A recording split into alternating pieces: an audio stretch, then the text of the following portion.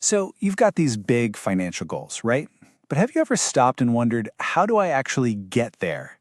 It can feel like you're staring up at this huge, intimidating mountain. But what if I told you it's not a mountain at all? It's more like an exciting adventure with a clear map that, trust me, anyone can follow. Okay, let's just get right to it, because this is the big question, isn't it? How do you really go from zero to your first thousand and then keep that momentum going? Well, that's what we're here to do. We're going to break down the exact roadmap, a simple, step-by-step guide to get you started on the right foot. You see, the real trick is to stop thinking about finance as some kind of chore you have to do. Instead, start seeing it for what it really is, an achievable adventure. And like any great adventure, it all starts with a plan. So, here's our map for today. First, we're going to build a solid foundation. Then we'll get our tools, learn the one golden rule of the road, check out the menu of options, and then walk through a super simple 4-step plan. And to wrap it all up, we'll even look at what a starter portfolio actually looks like. Think about it. Any smart adventurer gets ready for the quest before they head out the door. It's the same thing in the world of finance. It all starts with building a strong financial base. So before you even think about investing a single dollar, there are two absolutely crucial things you need to do first. And here they are. Seriously, these are your non-negotiables. Step 1, build that emergency fund. Step 2, attack any of that nasty high-interest debt that's just weighing you down.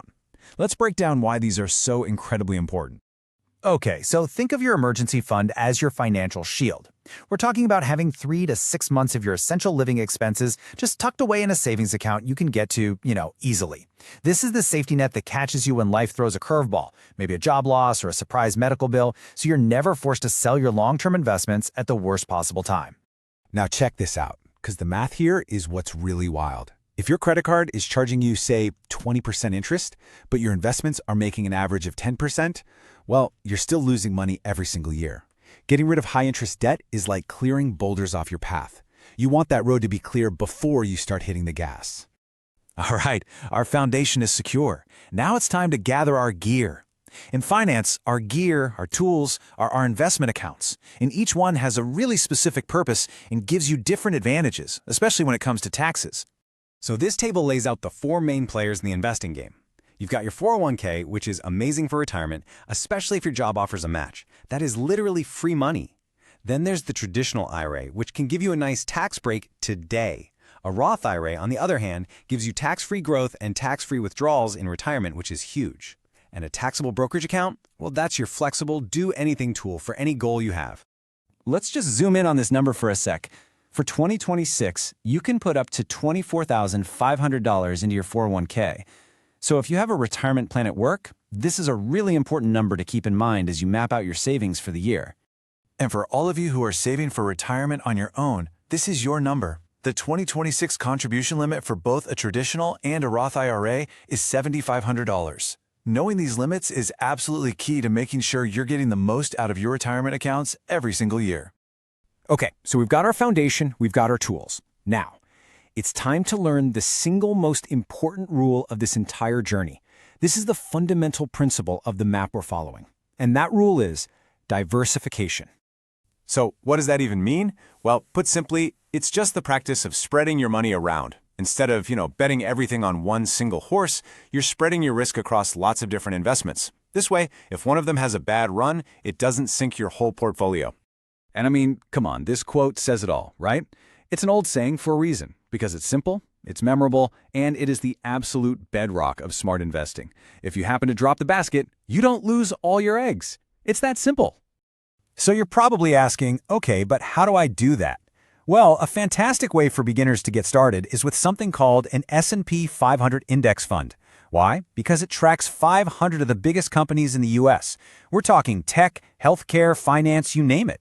It's basically a snapshot of the entire US economy. By buying just one fund, you instantly own a tiny little piece of all of them. That is some powerful diversification right there. And what's the potential payoff? Well, historically, the S&P 500 has had an average annual return of right around 10%.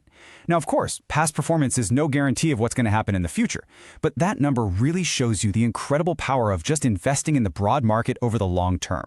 All right, now that we get what diversification is, let's look at what we're actually combining.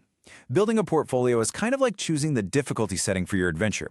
You get to mix and match different investments based on how much risk you're really comfortable taking on. This slide shows you the two ends of that spectrum perfectly. Over on one side, you've got something like a high-yield savings account. Very, very low risk, but the potential return is also pretty low. Then, on the other end, you have an S&P 500 index fund. Yeah, it's higher risk, but it also has much higher potential for long-term growth. Your personal portfolio is just going to be a blend of things somewhere in between. Okay, this is it. This is where the rubber meets the road. We've done the prep work, we have our tools, we know the rules. Now it's time to actually take our first steps.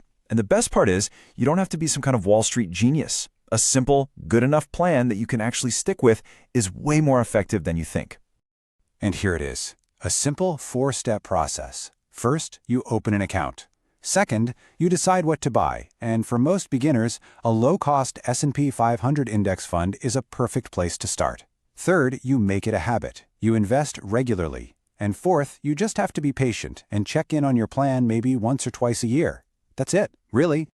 Now that third step, invest regularly, has this really powerful strategy behind it called dollar cost averaging.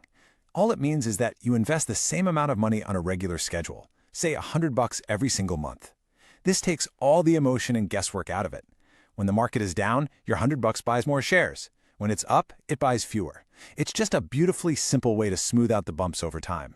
And this quote, it just perfectly captures the mindset you need for step 4. Look, you can't control what the market does day to day. It's just noise.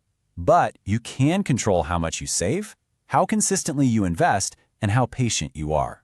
So, the key takeaway is focus on your actions, not the daily headlines. So, after all that, what could this whole thing actually look like in the real world? Let's take a peek at a sample starter portfolio.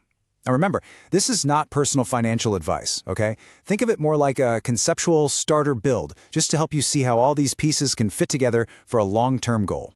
For a long-term investor, a really common approach might look something like this. You'd have about 75% of your portfolio in growth. That could be your S&P 500 ETF. And then the other 25% is in stability, maybe a total bond market ETF. Think of the stocks as your engine, pushing you forward, and the bonds as your shock absorbers, smoothing out the ride. This kind of blend balances that potential for high returns with a nice cushion against risk. So there you have it. We've gone over the map, the tools, and a step-by-step plan. The path from zero to your first 1,000 and way beyond is all laid out. Your adventure is ready to begin. So the only question left is the one right here on the screen. What's your first step?